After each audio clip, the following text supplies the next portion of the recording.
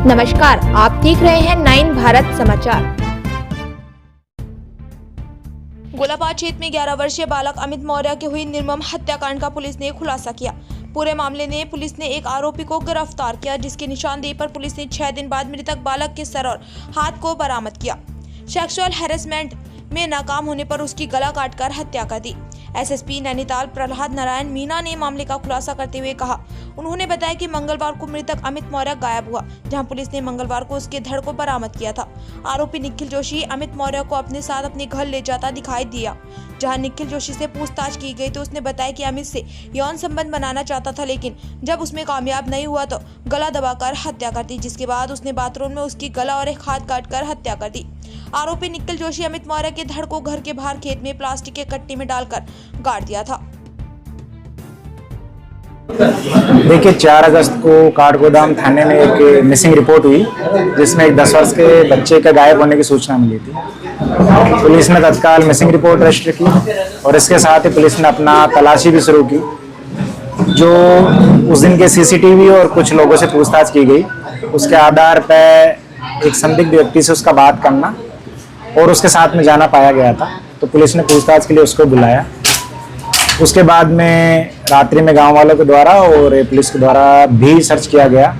अगले दिन सुबह पुलिस को अपने स्निफर डॉग के माध्यम से जो मिसिंग बच्चा था उसकी बॉडी मिलती है, जो हमारा संदिग्ध है उसके घर के पीछे की तरफ, और जब देखा गया तो बॉडी में सिर और एक हाथ नहीं था। उसके बाद उस सारे क्षेत्र में पुलिस के द्वारा बहुत सघन तलाशी की गई, हर जगह देखा गया, सीसीटीवी का, इसके साथ साथ ड्रोन का, और उसके साथ साथ में हमारे एफएसएल की जो टीम है उनका भी यूज किया गया। और पुलिस ने मैनुअली और इक्विपमेंट से हर तरीके से वहाँ जो बचे बॉडी पार्ट थे वो तलाश करने का प्रयास किया। चूँकि पहले दिन से ही एक संदिग्ध जो है उसको पूछताछ के लिए बुलाया जा रहा था, उसके द्वारा अलग अलग पूछताछ में अलग अलग बयान दिए गए और अपने आप को मानसिक रूप से रोगी होना और अपनी मानसिक अवस्था ठीक नहीं होने का पुलिस को गुमराह करने का प्रयास किया। इस चीज़ की सत्यता के लिए हमने मनोचिकित्सक जो विशेषज्ञ हैं उनकी मदद ली और उनके द्वारा बताया गया है कि ये पुलिस को गुमराह करने का प्रयास कर रहा है और ये जो है जानबूझ के इस तरीके के सिम्टम्स और इस तरीके के बयान दे रहा है ताकि पुलिस इस सारे घटनाक्रम को किसी और की संलिप्तता तथा किसी तांत्रिक क्रिया में ये घटना होने के संदर्भ में संकेत दे। जब पुलिस ने इसमें पूछताछ की तो बाद में अभियुक्त ने ये जुर्म करना स्वीकार किया। उसके साथ ही जहाँ पर बचे बॉडी पार्ट थे वो भी रिकवर किए गए और जो प्राइमरी जो इन्वेस्टिगेशन और जो पूछताछ है उसमें ये चीज़ आई है कि ये बच्चे को सेक्सुअल असॉल्ट के इरादे से लेके गया। बच्चे ने जब विरोध किया तो इसने पहले उसे गला दबा के हत्या की और बाद में जो है उसकी गर्दन और एक हाथ काट के अलग कर दिया और ये दोनों जो बॉडी के पार्ट थे उनको अलग अलग जगह इसने दफनाया। इसका इरादा बाद में छोटे छोटे टुकड़े करके और जो मृतक का शरीर था उसको दफनाने का था, लेकिन चूंकि पुलिस ने इसको उसी दिन संदिग्धता के आधार पर हिरासत में लिया था और उसके बाद इसको इन सब चीज़ें करने का मौका नहीं मिला, तो जो बॉडी के दोनों पार्ट है वो रिकवर हो गए हैं।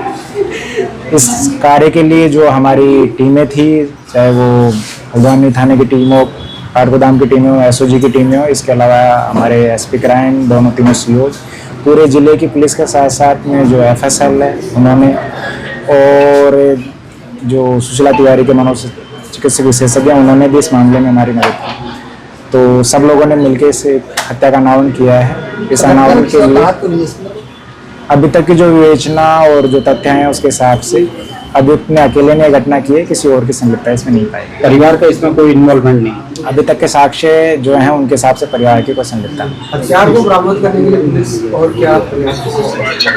देखिए, हत्या के बाद में इसने जो हथियार फेंका है उसके संदर्भ में भी इसने बहुत चीज़ें बताई, लेकिन उसको एग्जैक्ट वो हथियार कहाँ फेंका है ये पता नहीं है।